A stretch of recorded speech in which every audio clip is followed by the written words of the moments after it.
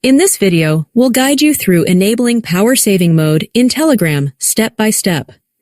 If you find this tutorial helpful, don't forget to subscribe to our channel for more tech tips, tricks, and detailed tutorials. To start, open the Telegram app on your device and ensure you're logged into the correct account.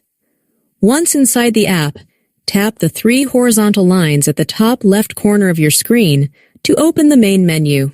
From the menu, scroll down and select Settings to proceed. Within the Settings menu, continue scrolling until you find the Power Saving option, then tap on it. In the Power Saving menu, you'll see that the Power Saving mode is disabled by default. To activate it, simply slide the toggle switch to the right. Once enabled, your device will start conserving power by optimizing Telegram's performance and animations automatically. And that's all it takes.